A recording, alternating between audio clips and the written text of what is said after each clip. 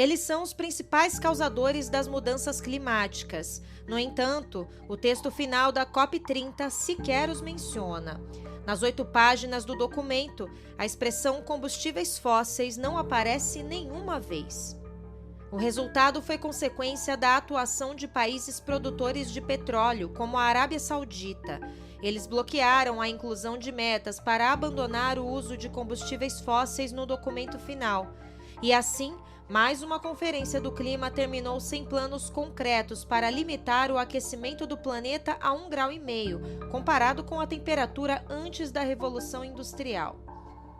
No discurso ao final do evento, a ministra do Meio Ambiente e Mudança Climática, Marina Silva, afirmou: "Sonhávamos com muito mais resultados." O BDF Entrevista de hoje faz um balanço da COP30. A Conferência do Clima, que aconteceu em plena Amazônia, realmente acabou de maneira frustrante. Quais avanços podem ser destacados? E esse modelo de decisões por consenso faz sentido quando se trata de um tema central para a sobrevivência da humanidade? Olá, eu sou Luana Ibelli e este é o BDF Entrevista. Seja muito bem-vindo, bem-vinda. Aproveito para agradecer sua companhia e por aqui você já sabe, a gente sempre tem um bom papo sobre temas atuais com a visão popular que é a marca do Brasil de fato.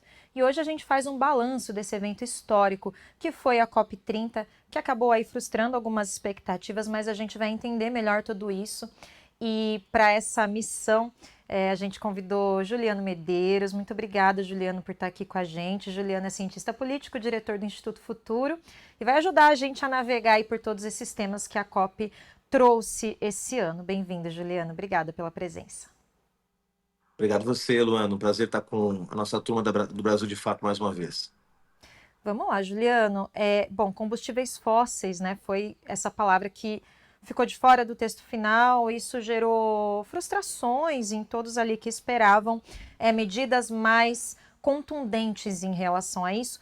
Queria te ouvir, né? Ouvir a sua leitura a respeito disso ter ficado de fora, o que aconteceu, o que isso representa para essa COP que foi e continua sendo tão significativa. Bom, primeiro, Luana, vou começar com a sua última frase, né? Foi uma COP significativa, porque ela poderia ser uma COP que marcasse mais uma rodada de negociações fracassadas, e até mesmo retrocessos em relação ao esforço que tem sido feito desde 2015, quando se aprovou o Acordo de Paris, na COP lá em Le Bourget, para conter o aquecimento do planeta. Eu queria primeiro lembrar que essa COP ela acontece num contexto, ela não acontece fora de um cenário global, que é um cenário de muita instabilidade, um cenário em que a segunda maior potência emissora de gases de efeito estufa, que é os Estados Unidos, não participa da COP. O governo Trump retira os Estados Unidos mais uma vez do Acordo de Paris, como fez em 2016, quando assumiu a presidência pela primeira vez. Acontece num mundo atravessado por conflitos militares, por uma corrida armamentista. Europa, que durante um período foi um ator importante no reconhecimento da gravidade da crise climática e do financiamento de transição de modelo, hoje está se armando, está gastando com financiamento militar, com políticas bélicas. A gente tem guerra entre Rússia e Ucrânia ameaçando a estrutura energética da Europa. A gente tem o genocídio de Israel contra a faixa de Gaza, trazendo instabilidade para o Oriente Médio. A gente tem uma guerra civil no Sudão. A gente tem uma série de ameaças à soberania da América Latina por parte do governo Trump. Então, primeiro entender que essa COP ela acontece num momento singular. Não é uma COP que acontece no momento onde os astros estão alinhados, digamos assim, na perspectiva de um enfrentamento eficiente à crise climática. O segundo aspecto é que ela acontece depois de 3 edições em países antidemocráticos, né? Aconteceu depois da COP de Baku, no Azerbaijão, depois da COP de Dubai, nos Emirados Árabes Unidos, depois da COP de Sharm el-Sheikh, no Egito, quando a sociedade civil, os movimentos sociais não tiveram a oportunidade de influenciar os debates. Então, ela também é significativa, como você disse, nesse aspecto, porque é uma COP atravessada pela pressão popular, pela organização de movimentos sociais, com uma agenda muito intensa, a cúpula dos povos acontecendo em paralelo, uma marcha que reuniu nas ruas de Belém mais de 70 mil pessoas. Então, ela também é uma COP significativa nesse sentido. É a primeira COP que acontece depois de muito tempo num país democrático, né? E o terceiro aspecto que a torna significativa é o fato de ser uma COP que acontece depois de uma grande frustração, que foi a COP de Baku. No Azerbaijão, que foi a COP 29, ano passado, havia um debate sobre financiamento climático, ou seja, quem paga a conta para que os países adaptem suas infraestruturas para as mudanças do clima que já são irreversíveis, reduzam as emissões de gás de efeito estufa, seja o dióxido de carbono, que responde por 80% das emissões, seja outros gases como o metano, que é muito emitido aqui no Brasil, no agronegócio, organizasse as finanças públicas dos estados, ou seja, havia todo um debate na COP de Baku para ver como chegar no valor necessário, que era estimado em 1,3 trilhão de dólares para financiar a transição nos próximos anos. Virou, mexeu, Baku conseguiu apresentar um plano de 400 bilhões de dólares, portanto um valor muito menor do que o necessário, um terço, menos de um terço do que seria necessário. Então, gerou uma grande frustração.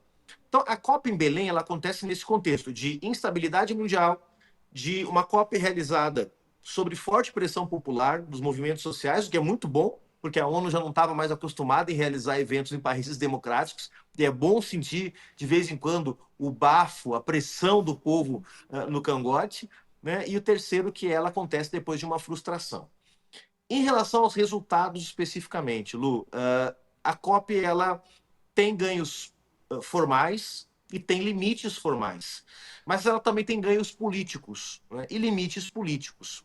Quem gravou um vídeo no dia de ontem, aliás, anteontem, foi a Ana Toni, né, que é a CEO da COP, né, a coordenadora da estrutura da COP. Né? A COP tem um presidente, que é o André Corrêa do Lago, embaixador, né, diplomata de carreira, e tem uma coordenadora executiva, que é a Ana Toni, que já foi presidente do conselho do Greenpeace aqui no Brasil, já trabalhou em várias ONGs da área socioambiental.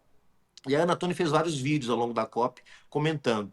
E ela fez um vídeo ontem que me chamou muita atenção, que ela fala, olha, tem ganhos formais, nós temos uma promessa de aumento dos investimentos em adaptação, nós temos um primeiro plano de adaptação voltado especificamente para a saúde, nós temos a introdução do conceito de aceleração, reconhecendo que o ritmo da transição está muito aquém do necessário, então o conceito de aceleração foi introduzido, a gente conseguiu reconhecer que a parte dos acordos, do que cada um tinha que fazer, já foi superada, que agora nós temos que debater implementação desses acordos. Então, tem ganhos formais na COP, tem avanços formais. Mas a Ana Toni menciona que tem ganhos políticos. E esses ganhos políticos, eles vão além dos ganhos formais, que é os povos indígenas terem um protagonismo inédito até então nas COPs, que é a introdução do reconhecimento dos povos de matriz africana, dos afrodescendentes, como agentes da proteção ambiental através dos quilombos, a introdução mais forte do tema da justiça climática e mesmo o tema dos combustíveis fósseis. Aí eu chego no coração da sua pergunta, Luana, que é, apesar do tema dos combustíveis fósseis não ter entrado na declaração final, foi o grande tema da COP. Aliás, muito mais do que em Dubai, por exemplo, eu também participei dessa COP nos Emirados Árabes Unidos, onde o tema dos combustíveis fósseis entrou na declaração final, mas não teve tão presente nas discussões como teve agora. Então, embora do ponto de vista formal não tenha entrado nos documentos, por objeção da Arábia Saudita e dos países exportadores de petróleo do Oriente Médio, por outro lado, nunca se falou tanto de combustíveis fósseis, obrigando o próprio governo brasileiro, que dias atrás emitiu uma licença para pesquisa do Bloco 59 na foz do Amazonas, da bacia sedimentar da foz do Amazonas do Amapá, a fazer com que o Brasil, que dias atrás tinha se colocado em oposição a todo o movimento socioambiental brasileiro e boa parte dos cientistas, a incorporar como sua missão o debate sobre superação dos combustíveis fósseis. Então, a COP teve limites, não há nenhuma sombra de dúvida. O processo de implementação do Acordo de Paris está sendo muito mais lento do que necessário. Há uma série de entraves que têm sido impostos, sobretudo pelos países que exportam petróleo, mas também por grandes emissores como Estados Unidos e China. Mas, para além desses entraves e para além de alguns avanços que são inegáveis, a COP foi uma COP política. onde o debate político, onde as visões sobre os caminhos para a transição estavam não só na mesa, mas estavam no entorno da COP, algo que não acontecia há muito tempo. Isso tem que ser celebrado. Bom, você trouxe muitos elementos para a gente aprofundar, né, Juliano? Mas já dá para ter uma noção bem geral e ampla do que foi essa COP, como a gente discutiu, uma COP significativa, uma COP histórica. Você até comenta, né? Fiquei acompanhando muito seus posts ali no meio das pessoas. Você cita a COP mais democrática da história, então isso já entra como um evento que realmente marcou uma posição e pode avançar, se a gente for pensar na COP de Paris, né, enfim, que trouxe todos esses acordos e que até hoje são um farol para a gente discutir todos esses temas. Talvez a COP do Brasil também tenha avançado nesse sentido. Mas aí queria pegar esse gancho da sua fala dos entraves, que é justamente o que impede a gente de avançar. Vamos falar um pouco de quais são esses entraves. Hoje a gente funciona num modelo de consenso. E aí, nesse caso dos combustíveis fósseis, esses poucos países, porque houve ali uma maioria de países que queriam incluir isso, que queriam avançar mais com essa pauta, e poucos países que são os emissores de petróleo, Arábia Saudita, acredito que Rússia também, você vai me corrigindo se eu falar alguma coisa equivocada, eles barraram. Então fala um pouquinho de como funcionam esses entraves, do porquê eles ainda acontecem e se existem alternativas para a gente realmente passar por isso, porque apesar de ter avanço, o tempo está correndo, né? E está correndo muito rápido. E se a gente for pensar no Acordo de Paris, já tem 10 anos, foi 2015, a gente está em 2025, era uma COP que tinha muita expectativa. Então queria te ouvir sobre esses entraves e quais as alternativas para a gente passar do político também e ir para a prática. Claro. Bom, primeiro, Luana, tem que entender que o sistema o mecanismo que foi criado em Paris, ele é um mecanismo que, se fosse devidamente implementado e devidamente cumprido, a gente conseguiria, muito provavelmente, alcançar aquele objetivo principal, que é conter o aquecimento médio do planeta até 2 graus acima das temperaturas registradas no período pré-industrial, ou seja, antes do início da emissão maciça de gás de efeito estufa, que começa na Revolução Industrial no século XIX. Depois de um tempo, os cientistas ajustaram essa meta para, idealmente, até 1,5 graus. Nós já chegamos nesse 1,5 graus, né? E os mecanismos pensados no Acordo de Paris, eles são eficientes, ou seja, potencialmente eficientes, para cumprir essa meta, desde que as partes que compõem o acordo levem o sistema a sério. Quem são as partes que compõem o acordo? Os países. O Acordo de Paris é um acordo firmado por governos nacionais. E a gente sabe que os governos nacionais podem muito, mas não podem tudo, porque muitos deles são reféns ou estão absolutamente sequestrados pelo poder econômico, né? Então, em muitos casos, é praticamente impossível que alguns estados cumpram as metas que foram estabelecidas lá em Paris. Agora, falando especificamente de alguns entraves que eu acho que são mais gritantes. O principal deles, você já mencionou, é a redução gradual e relativamente rápida da emissão de gases de efeito estufa, em particular o dióxido de carbono, que é resultado da queima do petróleo, do carvão mineral e de outros combustíveis fósseis. Então, nós estamos falando de começar a substituir aquela que é a principal fonte de energia do planeta. Nós estamos falando, portanto, de pensar um outro modelo produtivo. E óbvio que o capitalismo, né, não quer que isso aconteça. Ou pelo menos, se houver uma transição, quer que essa transição seja feita sem provocar nenhum dano, nenhuma perda econômica para os seus ganhos, para os seus lucros. Então, aí nós temos já um conflito de interesses, óbvio, né, entre o interesse da humanidade, que é garantir uma transição justa, inclusiva, onde o modelo que vai ser resultado dessa transição possa incluir as maiorias sociais, e a transição dos capitalistas, que é uma transição que tem como elemento principal a manutenção dos ganhos que são provenientes da produção capitalista em todo o planeta. E, portanto, reduzir petróleo, ok, desde que isso não traga prejuízos, né? Então, aí nós temos um conflito. E é por isso que nós tínhamos 1.600 lobistas da indústria petrolífera credenciados nessa COP.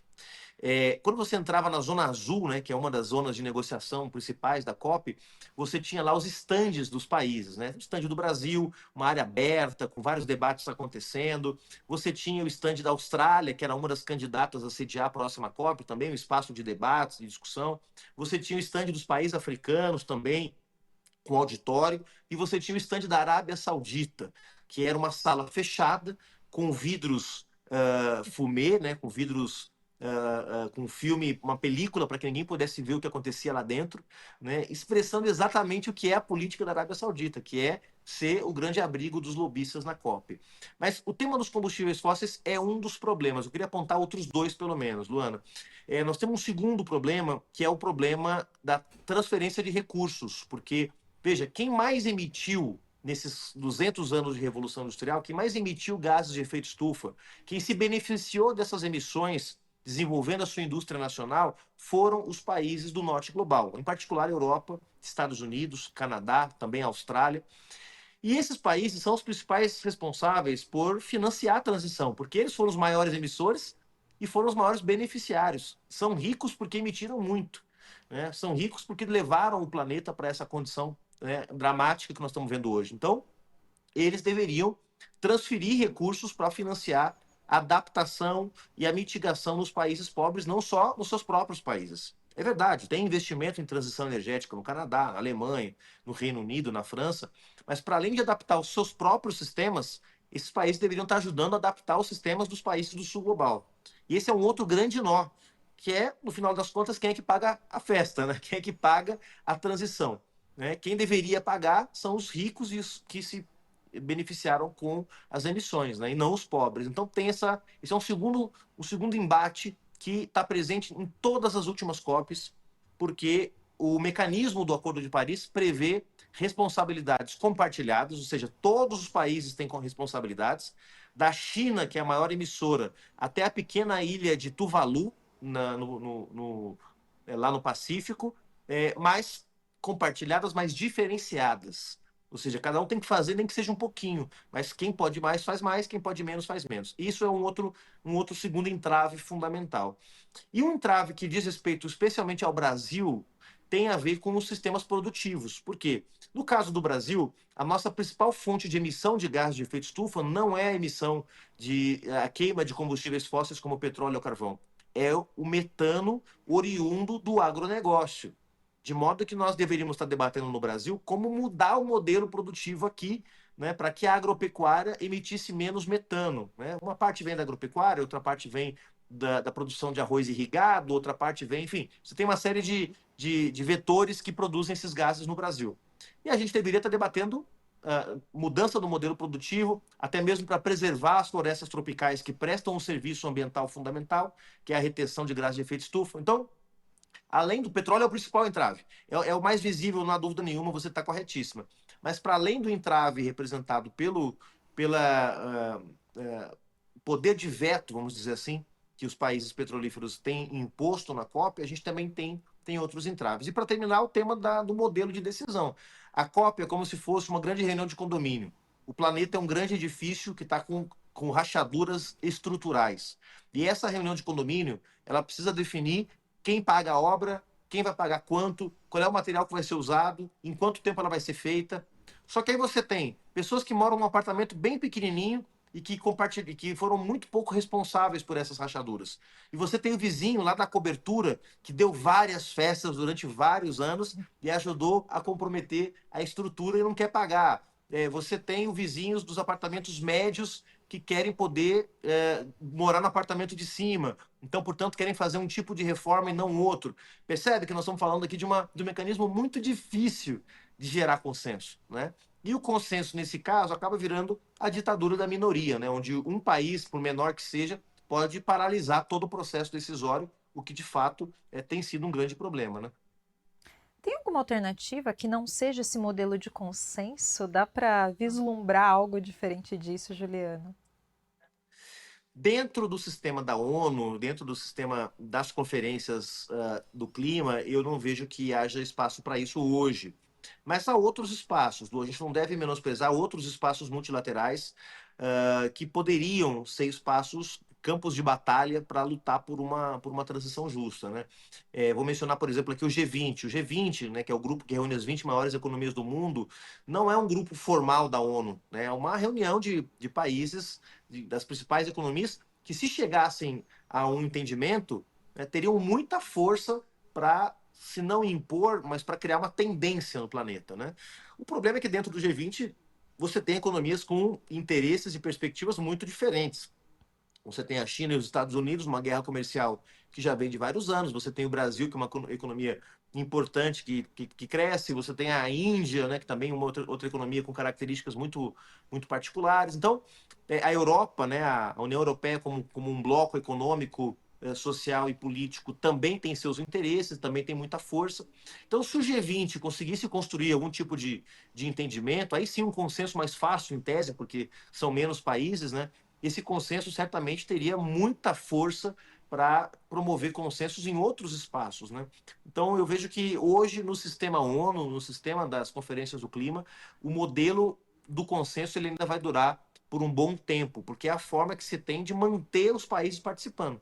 O que acontece se você muda esse formato hoje? Os países que vão ser derrotados simplesmente não vão participar mais.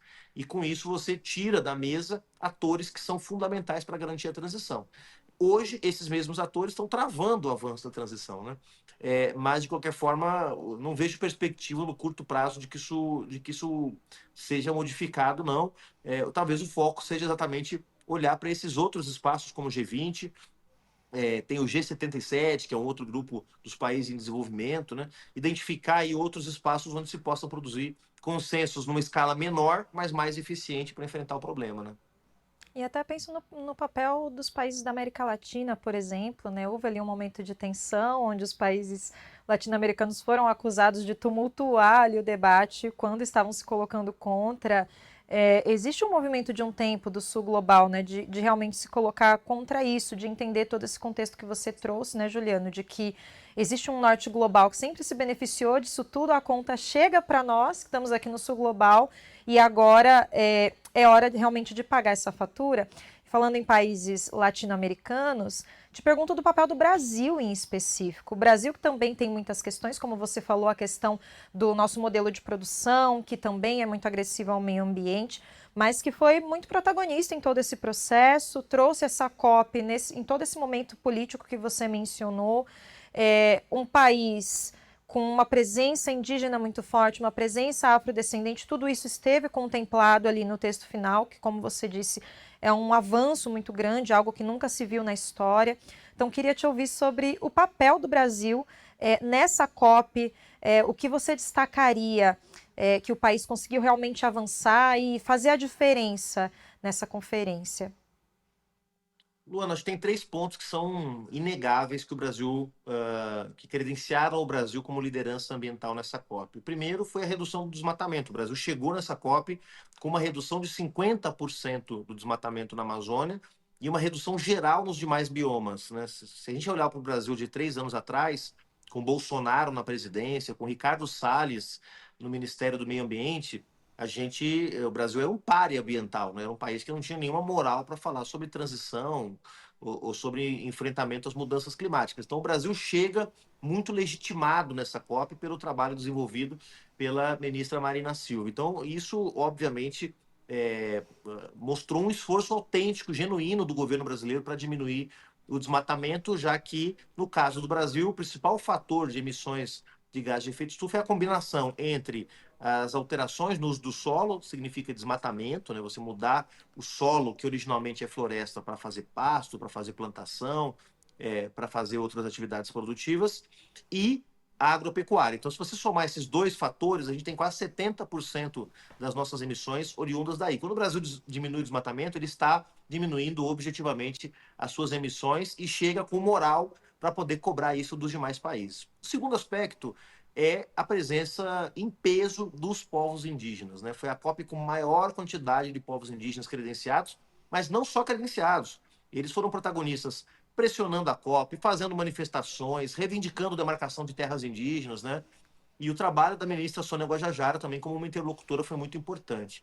Eu acho que o terceiro aspecto que não vou chamar de uma surpresa, Luana, mas que é uma boa notícia, foi o papel da presidência do Brasil na COP, que foi o embaixador André Corrêa do Lago.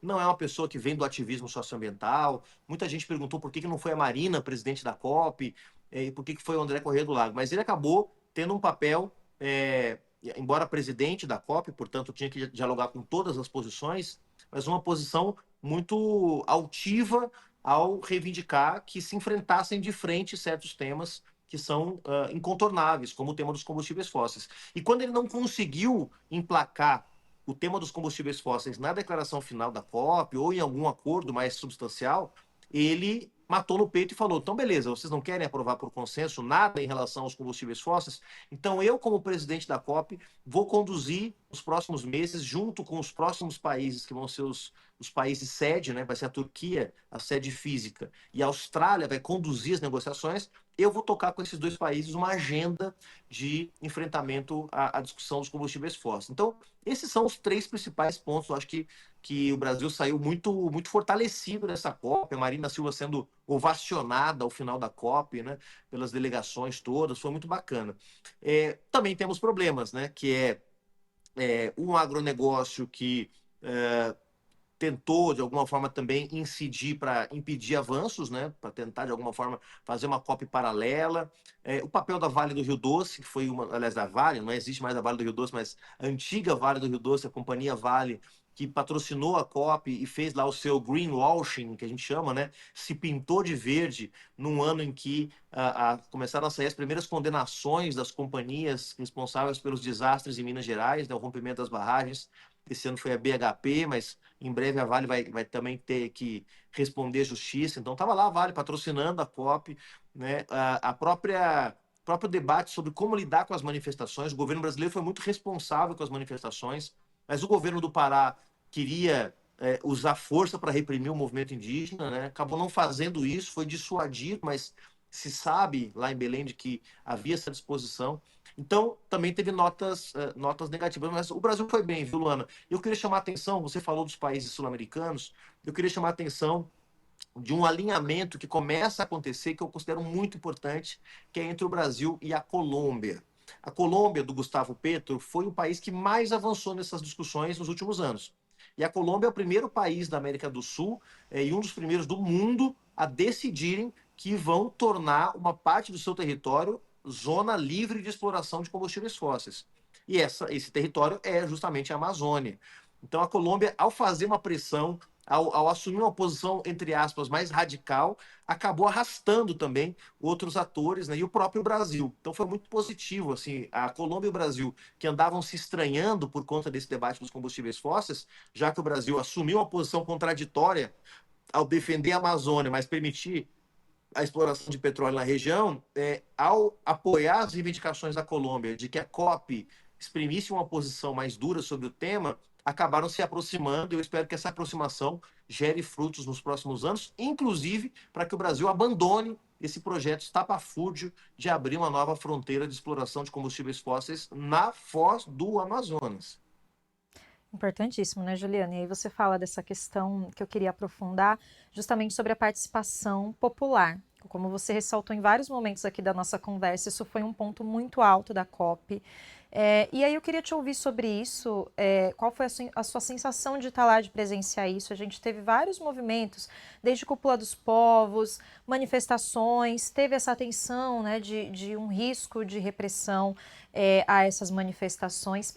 Então, qual a importância desses espaços, da pressão popular, da participação popular, para tensionar também, porque a COP é isso, né? Um acordo feito entre países, entre governos, e às vezes parece que a população fica à parte, principalmente por tudo que você explicou, a questão da COP ter sido realizada em países não democráticos, mas queria te ouvir da importância. Você acha que realmente essa pressão popular também influenciou para que a gente tivesse os resultados que a gente viu nessa COP?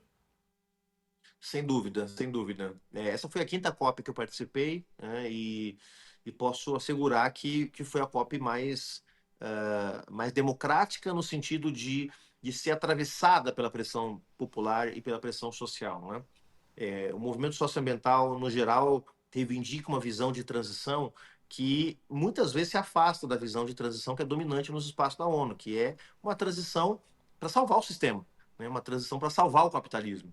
E é muito difícil pensar um capitalismo que consiga fazer a transição, incluindo as pessoas, né? Portanto, uma transição justa. A concepção que o movimento socioambiental no Brasil e em outras partes do mundo defende é exatamente que a transição para um outro modelo deveria nos levar, inclusive, para uma coisa melhor do que o capitalismo, já que a transição hoje, pensada pelo mercado, é uma transição que financiariza a natureza, é uma transição que segue concentrando riqueza, é uma transição muito lenta, que, portanto, coloca os ganhos do capital acima da vida e das ameaças que a crise climática representa. Então, hoje, o capitalismo não é que não está fazendo transição nenhuma, mas está fazendo uma transição onde não chegam todos do outro lado da ponte. Chega só uma parte, chega só uma minoria, né? Uma parte ficará pelo caminho, porque com 2 graus acima das temperaturas médias do período pré-industrial, isso vai gerar problemas graves, chuvas torrenciais, ondas de calor, derretimento de calotas polares, desaparecimento de zonas costeiras. Nós temos já países que estão praticamente desaparecendo, é o caso de Tuvalu, na Oceania. Então, a transição que o capitalismo está fazendo é tão lenta e tão conservadora que não chega a todo mundo do outro lado. Portanto, para chegar a todo mundo, tem que ter muita pressão. E a pressão tem que vir exatamente daqueles que potencialmente podem ficar pelo caminho, que são os povos indígenas, que são as comunidades afrodescendentes, que são os países mais pobres do sul global, né, que são aqueles que historicamente não tiveram acesso aos bens e serviços que o Estado deveria prover. Então, nós estamos falando aqui de disputa de rumos mesmo, né? E quanto mais gente no processo, quanto mais participação, quanto mais pressão, maior a chance da gente ter resultados que não representem apenas o interesse do capital, os interesses do modelo, mas que representem também os interesses daquela imensa quantidade de pessoas no planeta todo que pode ficar pelo caminho. Então, é uma luta de vida contra a morte, né? O sistema fará uma transição não para salvar vidas, mas para salvar si mesmo, para salvar a sua capacidade de seguir ganhando dinheiro. E nós queremos salvar os seres humanos. Então, há um conflito de interesses, não há dúvida em relação a isso, e esse conflito se resolve na base da luta política. Portanto, quanto mais pressão houver, quanto mais movimentos organizados houver, melhor.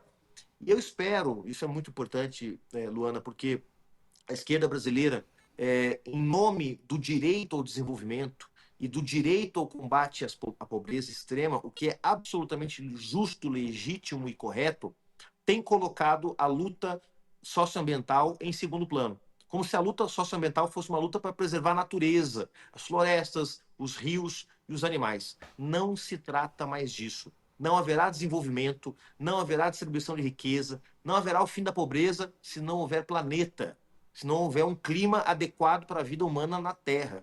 Então, ou a gente coloca a luta pela justiça social, a luta contra as desigualdades, ao lado da luta pelo planeta, não atrás, nem acima, nem à frente, nem do lado, ou a gente integra essas lutas, ou a esquerda vai ajudar a agravar o problema. E essa é uma possibilidade que está colocada porque persiste na esquerda, no Brasil e no mundo, uma visão desenvolvimentista que coloca o direito ao desenvolvimento acima do direito à vida, à saúde e à existência do planeta. Não porque a esquerda seja irresponsável, mas porque não introjetou ainda suficientemente a gravidade da ameaça que está diante de nós. Em um contexto tão complexo também mundial, Juliana, às vezes a gente fica com essa sensação de que a gente precisa abrir mão de algumas coisas para atingir determinados resultados, mas como a gente vem falando aqui, o tempo está correndo e como você bem disse, é uma luta de preservação da vida, essa conta vai acabar sobrando para todos nós. Acredito que os países mais ricos e que sempre se beneficiaram, eles vão acabar dando um jeito de passar por tudo isso, como a gente vê, se fala muito, por exemplo, dos países nórdicos, né, que acabam tendo uma ótima qualidade de vida às custas de explorar outros países. Então, acho que essa é uma discussão bastante importante, e aí eu entro numa questão que você já apontou como fundamental nisso tudo, que é o financiamento. Esses países dando dinheiro de fato para poder, porque é o que a gente pode trabalhar hoje, né? No Capital a gente fala de dinheiro, que ação concreta a gente pode ter para realmente ver os resultados. Então, queria te ouvir sobre os financiamentos.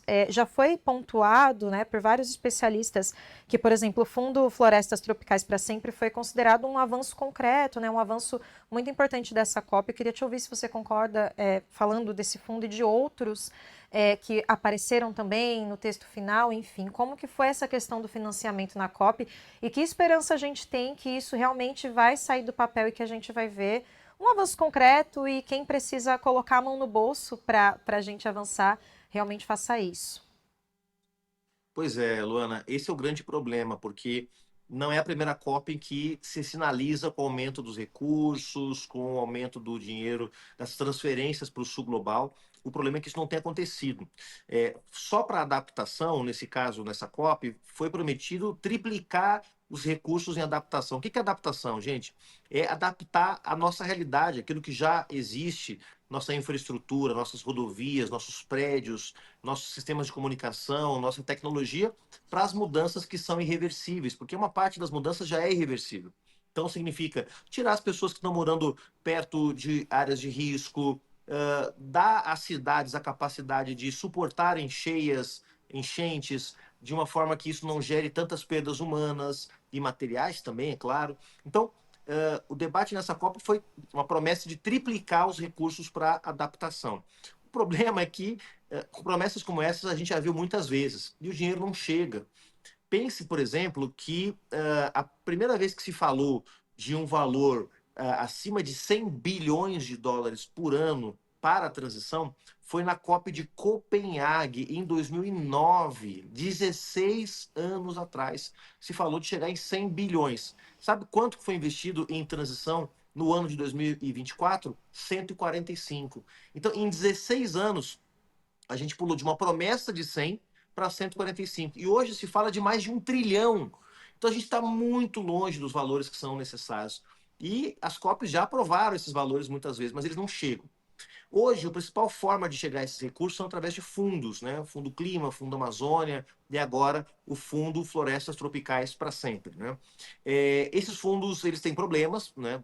Primeiro, o próprio financiamento desses fundos, né? Os recursos que chegam muitas vezes vêm de fundos soberanos que estão, de alguma forma, sujeitos a decisões políticas de cada país. Então, se a Alemanha vai colocar 5 bilhões ou 10 bilhões, tem a ver com o quanto que a economia alemã está demandando lá também recursos para, no caso agora, para armar a Alemanha depois de quase 100 anos, né? Então, nós estamos falando aqui de sistemas que existem, fazem chegar alguma coisa, mas não é suficiente. Não é suficiente. Então, esses fundos hoje são os principais mecanismos de transferência e não têm dado conta. O caso específico do TFFFF, né, que é esse Fundo Florestas Tropicais para Sempre, na sigla em inglês, né, TFFF, esse fundo ele é visto como um avanço, foram 25 bilhões de dólares que eram previstos para essa COP, o valor está chegando, mas a verdade é que também há críticas, né? Há críticas porque não se sabe como que esse dinheiro vai chegar nas comunidades, há uma promessa de que 20% de todo o recurso que for adotado, que for recolhido, vai ser distribuído para as comunidades que preservarem a floresta, não se sabe muito bem como é que isso vai acontecer. A gestão desses recursos deve ser uma mescla de governos nacionais com organismos multilaterais, o que significa o Banco Mundial gerindo esse fundo. Segundo, esses fundos são baseados em dívida, portanto, nós estamos falando de emissão de títulos de dívida, o que pode significar endividamento de países. Então, tem aí uma série de críticas a esse modelo de financiarização da natureza, né? E alguns movimentos sociais, né, o próprio MST e outros, levantaram esses questionamentos. A gente não sabe ainda, né, tudo que esse fundo pode trazer de bom. Então a gente está muito de olho nas preocupações. E é normal ter preocupações quando se fala de um fundo, de dinheiro. A gente já teve aqui no Brasil a promessa de que o Fundo Social do Pré-Sal resolveria os nossos problemas da educação e da saúde. Isso não aconteceu. Então, é natural que o movimento socioambiental esteja desconfiado, né? Essa desconfiança ela é justificada. Mas, no caso do TFFF, é preciso olhar com mais atenção como é que vai funcionar. Seja como for, o principal mecanismo hoje ainda é transferência de recursos via fundos. E esse mecanismo, lamentavelmente, pelo menos até agora, tem se mostrado insuficiente para garantir os recursos. Agora, também é importante mencionar, Luana, não é só o norte global que tem que fazer a sua parte.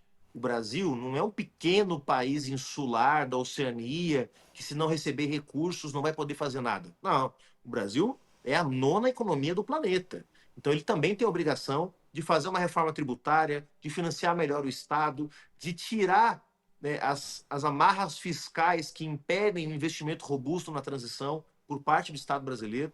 Então a gente também tem um dever de casa para cumprir aqui. Reforma tributária, acabar com o arcabouço fiscal, mudar as prioridades dos 500 bilhões que foram para o Plano Safra, botar mais dinheiro na agricultura familiar, né? Quebrar as patentes das sementes para garantir produção agroecológica sustentável. Então, assim, nós temos um dever de casa para cumprir aqui, e se esse dever de casa for cumprido, a gente depende menos dos recursos estrangeiros, né?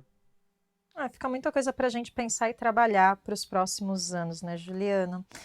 Bom, a gente encerra o nosso papo por aqui. Muito obrigada. Deu para a gente ter um balanço bem amplo do que foi essa COP, de fato, um movimento histórico, significativo, mas com muito trabalho ainda a ser feito. E a gente, claro, continua acompanhando tudo por aqui. Obrigada, Juliano, pela presença e pelas informações. Obrigado a você, Luana. Até a próxima. Bom, e assim a gente encerra o nosso BDF Entrevista. Muito obrigada mais uma vez pela sua companhia até aqui. E aproveito para te lembrar que a gente está sempre aqui no YouTube do Brasil de Fato, na Rede TVT e também na Rádio Brasil de Fato. Até a próxima. Tchau.